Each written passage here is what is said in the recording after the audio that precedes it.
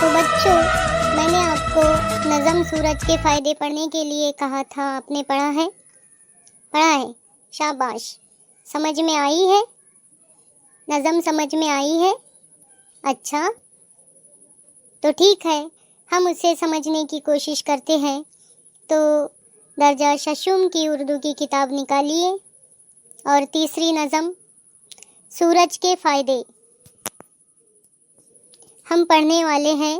سورج کے فائدے، اس نظم کو محمد حسین آزاد نے لکھا ہے۔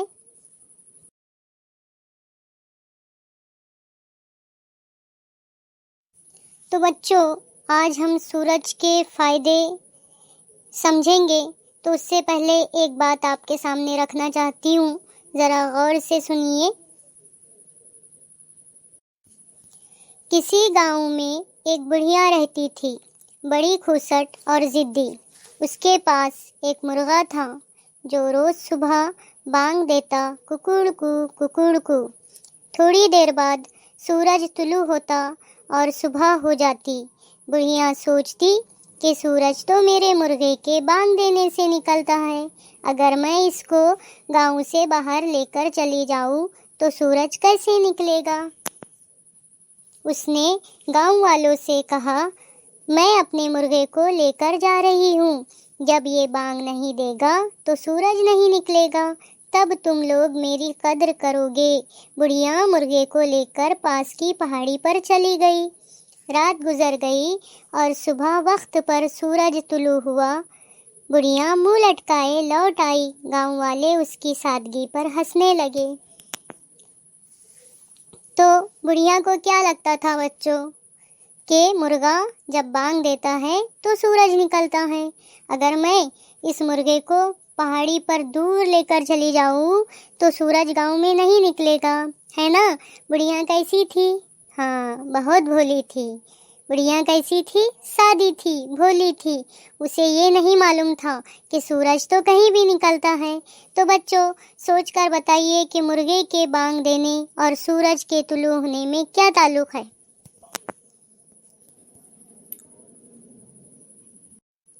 اب ہم دیکھتے ہیں نظم کا خلاصہ۔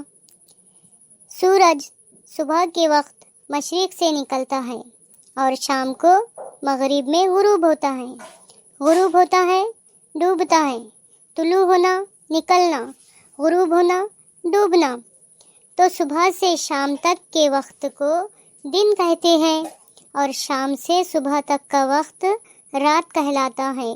دن کے وقت چاروں طرف روشنی پھیل جاتی ہے۔ یہ روشنی ہمیں سورج سے حاصل ہوتی ہے۔ اسی روشنی میں ہم اپنے روزانہ کے کام کرتے ہیں۔ سورج کی روشنی کو دھوپ کہتے ہیں۔ سردی کے موسم میں یہ دھوپ بڑی بھلی لگتی ہے۔ اناج کے پکنے کے لیے دھوپ بہت ضروری ہے اور یہی اناج سارے انسانوں کی غذا ہے نا بچوں؟ تو آپ کو خلاصہ سمجھ میں آیا؟ ہاں، بہت اچھے۔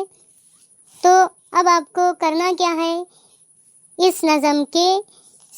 اس نظم کے الفاظ معنی لکھنے ہیں اور پوری مشق کو حل کرنا ہے۔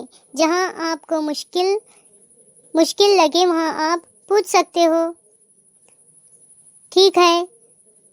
ہاں، طلوع ہونا یعنی نکلنا، غروب ہونا یعنی ڈوبنا۔ سورج کدھر سے طلوع ہوتا ہے؟ مشرق کی سمت سے، اور غروب مغرب کی سمت میں ہوتا ہے۔ ہاں، صحیح کہا۔ ٹھیک ہے، تو ملتے ہیں اگلے ویڈیو میں۔ اللہ حافظ۔